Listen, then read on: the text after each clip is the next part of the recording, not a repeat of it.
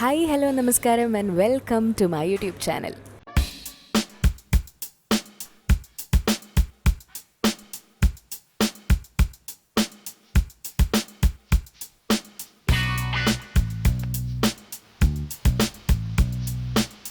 ഇന്ന് നമുക്ക് സൂറത്ത് വരെ പോയൊരു കല്യാണം കൂടിയാലോ?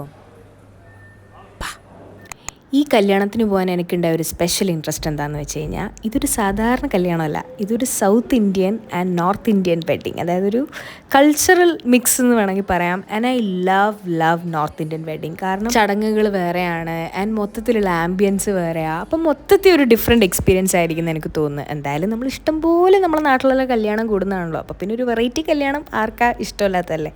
എനിക്കതുകൊണ്ട് ഭയങ്കര എക്സൈറ്റ്മെൻറ്റ് ഉണ്ടായിരുന്നു ഫുഡ് എക്സ്പ്ലോർ ചെയ്യാനും, പിന്നെ ആ ഒരു പല ടൈപ്പ് ഫങ്ഷൻസിന് എനിക്ക് സ്വന്തമായി ഒരുങ്ങി പോകാനൊക്കെ ഭയങ്കര ഇൻട്രസ്റ്റ് ആയതുകൊണ്ട് ഞാൻ സത്യത്തിൽ I was really looking forward to this function. അപ്പോൾ കല്യാണം ആരുടെയാണെന്ന് ചോദിച്ചു കഴിഞ്ഞാൽ, ഞങ്ങൾ ഗ്രൂം സൈഡാണ്, അർജുൻ്റെ കസിനാണ്. സോ ടെക്നിക്കലി എൻ്റെയും കൂടി കസിൻ ആവുമല്ലോ. അങ്ങനെ സൂറത്തിലോട്ടുള്ള ആ യാത്ര അങ്ങോട്ട് തുടങ്ങി എന്ന് തന്നെ പറയാം. അപ്പോൾ കൊച്ചി ടു ബാംഗ്ലൂർ, ബാംഗ്ലൂർ ടു സൂറത്ത്, അങ്ങനെയാണ് ഫ്ലൈറ്റ്. അപ്പോൾ ബാംഗ്ലൂരിൽ നമുക്ക് ഒരു 1.5-2 മണിക്കൂറിൻ്റെ എന്തോ ലേ ഓവർ ഉണ്ട്. അത് കഴിഞ്ഞിട്ടാണ് നെക്സ്റ്റ് ഫ്ലൈറ്റ് വരുന്നത്.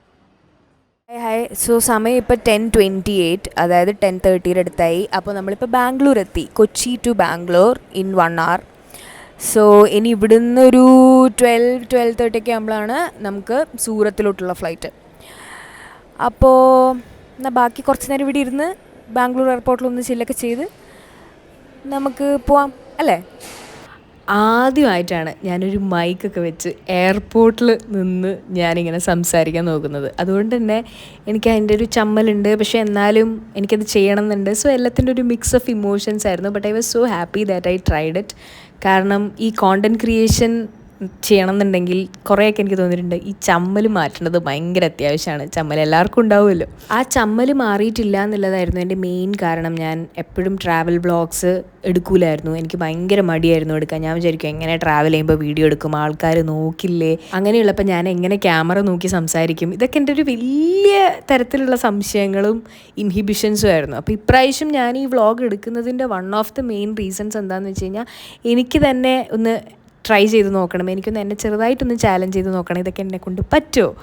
അപ്പോൾ അതിൻ്റെ ഒരു കുഞ്ഞി സ്റ്റെപ്പായിട്ടാണ് ഇന്നത്തെ ഈ വ്ളോഗ് എന്ന് തന്നെ പറയാം. ലോകത്തെ എല്ലാ ആൾക്കാരും സൂറത്തിലോട്ടാണ് പോകുന്നതെന്നാണ് എനിക്ക് ഈ ഒരു അവസ്ഥ കണ്ട് തോന്നുന്നത്. എമ്മാതിരി തിരക്ക്, ഭയങ്കര തിരക്ക്.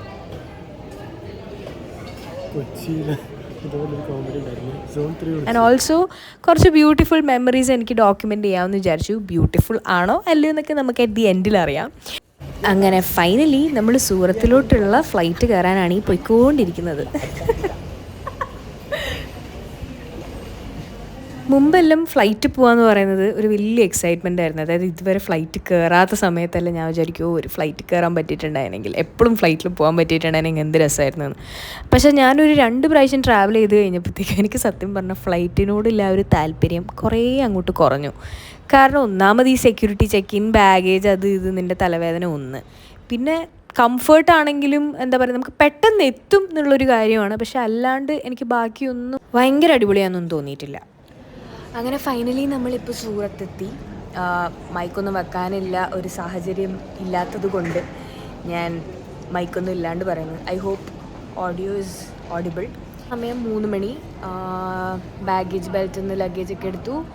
ഇനിയിപ്പോൾ നമ്മൾ നമ്മുടെ ഹോട്ടലിൻ്റെ ലൊക്കേഷനിലോട്ട് പോവാണ്. ഐ മീൻ ഇപ്പോൾ എയർപോർട്ടിൽ നിന്ന് ഒരു 2 hour ജേർണി ഉണ്ട് അങ്ങോട്ടേക്ക്. So let's see. ഇതൊരു കുഞ്ഞ് എയർപോർട്ടാണ് and let's see how Surat is going to treat us. Let's find it out together. നമ്മളൊരു സ്ഥലത്ത് പോകുന്നതിന് മുന്നേ നമ്മൾ ആ സ്ഥലത്തിനെ പറ്റി ഒന്ന് വായിച്ചു വെക്കുക, ഒന്ന് അറിഞ്ഞു വെക്കുക എന്നൊക്കെ പറയുന്നത് ഒരു ബേസിക് ആയിട്ടുള്ള കാര്യമാണല്ലോ. കാരണം എന്താണ് ആ സ്ഥലം എന്നൊക്കെ ഒരു ചെറിയൊരു ഐഡിയ കിട്ടുക എന്ന് പറയുന്നത് നല്ലതാണെന്ന് എനിക്ക് തോന്നുന്നു. പണ്ടൊന്നും ഞാനത് ചെയ്യൂലായിരുന്നു. ഞാൻ വിചാരിക്കുമോ ഞാനൊരു പുതിയ സ്ഥലത്ത് പോയിട്ട് എനിക്കൊരു സർപ്രൈസ് ആവട്ടെ, എല്ലാം എനിക്ക് അവിടെ നിന്ന് എക്സ്പീരിയൻസ് ചെയ്യണമെന്ന്. പക്ഷെ ചില സമയത്ത് അത് പണിയായിട്ട് എനിക്ക് തോന്നലുണ്ട്. കാരണം നമ്മളിപ്പോൾ നമ്മൾ സ്വന്തമായിട്ട് ട്രാവൽ പ്ലാനൊക്കെ ചെയ്യുവാണെങ്കിൽ നമുക്ക് ആ സ്ഥലത്തിനെ പറ്റിയിട്ടൊക്കെ അത്യാവശ്യം നല്ല ധാരണ ഇല്ലെങ്കിൽ നമുക്ക് ഒരു പ്ലാനിങ് നടക്കില്ല. ഇതിൽ പിന്നെ വലിയ പ്ലാനിങ്ങിൻ്റെ ആവശ്യമൊന്നും ഉണ്ടായിരുന്നില്ല. നമ്മൾ ജസ്റ്റ് അവിടെ എത്തുക എന്നുള്ളതാണ്. കാരണം കല്യാണം കഴിക്കുന്നവരാണല്ലോ, നമ്മളവിടെ പോയാൽ മതി. അതുകൊണ്ട് വലിയ പ്ലാനിങ്ങിൻ്റെ ആവശ്യമില്ല. എന്നാൽ ഈ സ്ഥലത്ത് എന്താണ് മേജർ അട്രാക്ഷൻസ്, എന്തൊക്കെയാണ് ഇവിടുത്തെ പ്രത്യേകത എന്നൊക്കെ ഞാൻ ജസ്റ്റ് ഒന്ന് തപ്പി നോക്കിയപ്പോഴാണ് മനസ്സിലായത്. ക്ലീനസ്റ്റ് സിറ്റി ഓഫ് ഇന്ത്യ എന്നാണ് പറയപ്പെടുന്നതെന്ന്. ഓക്കെ, കേട്ടപ്പോൾ അടിപൊളിയായിട്ട് തോന്നി. ക്ലീനസ്റ്റ് സിറ്റി എന്ന് ടാഗുള്ള ഒരു സ്ഥലം ഇന്ത്യയിലുണ്ട് എന്നുള്ളത് ഞാൻ അപ്പോഴായിരുന്നു കേട്ടോ പറഞ്ഞത്.